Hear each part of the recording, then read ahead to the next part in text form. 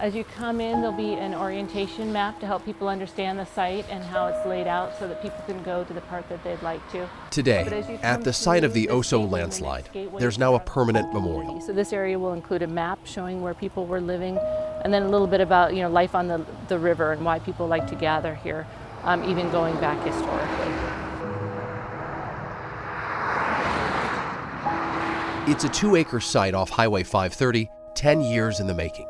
The survivors and the families who lost loved ones all contributed to a place of remembrance, filled with detail and artistic beauty. Walk through it, and it takes you on a journey, honoring the community, first responders, survivors, and people of Steelhead Haven.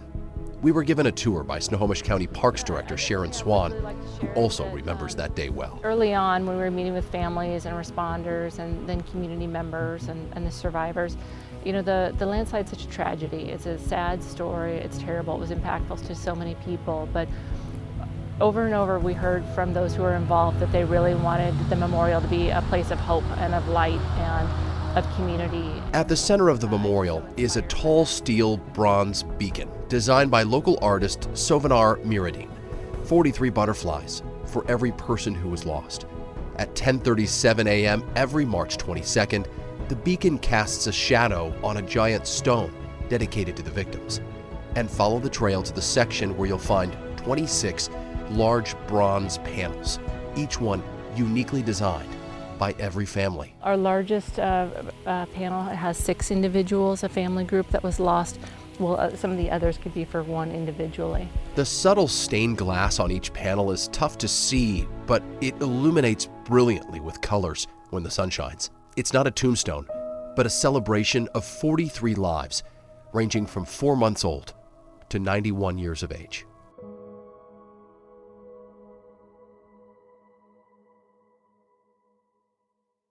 There's this term that emerged during the rescue effort, Oso Strong.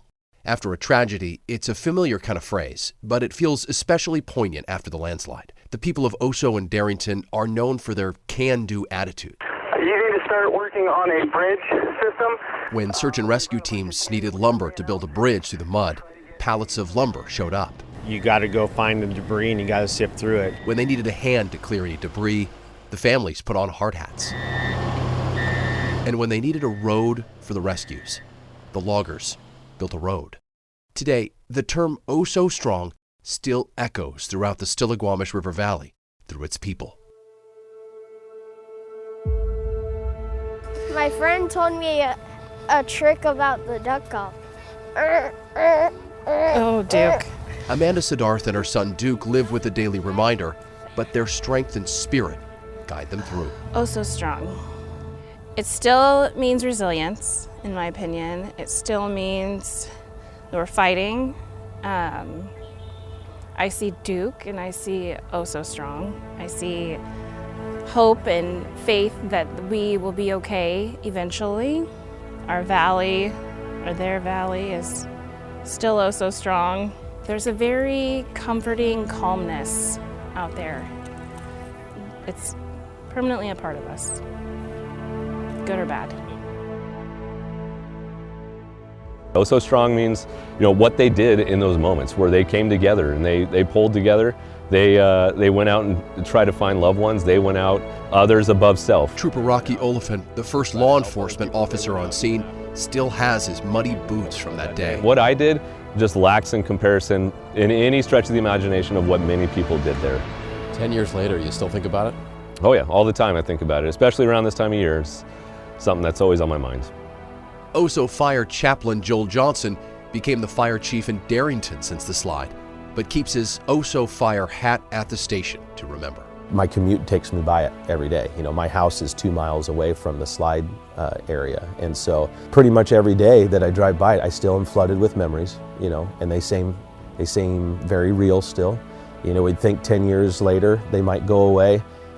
Maybe some of them have, or maybe some of the more minute details, but still the impact and the stories, they flood. Every day as I drive by, say a little prayer as I'm driving and say, wherever they're at or whatever's going on or whatever they're facing today, may they have the strength and the peace and the hope to get through that to the next day, In Darrington, A community forever changed.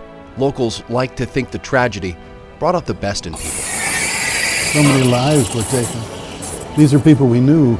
You know, people worked at the library, the grocery store, you know, around town. We were born to be loggers, and we were born to build roads, and we were doing all kinds of stuff. And we worked together as kind of like a team. I guess maybe it brought the people closer.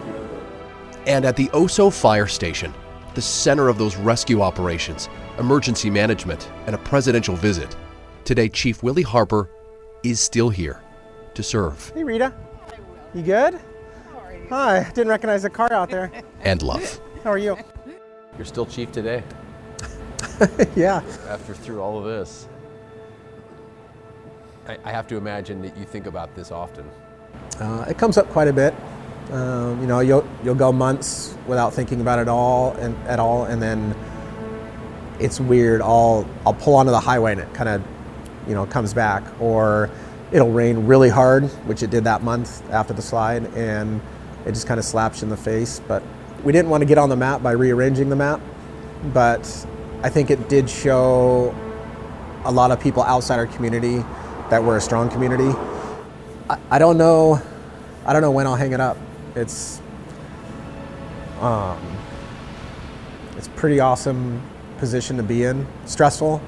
When this happened, I think it helped them realize that we're not just here to go on an aid call once in a while. We'll do anything it takes. So.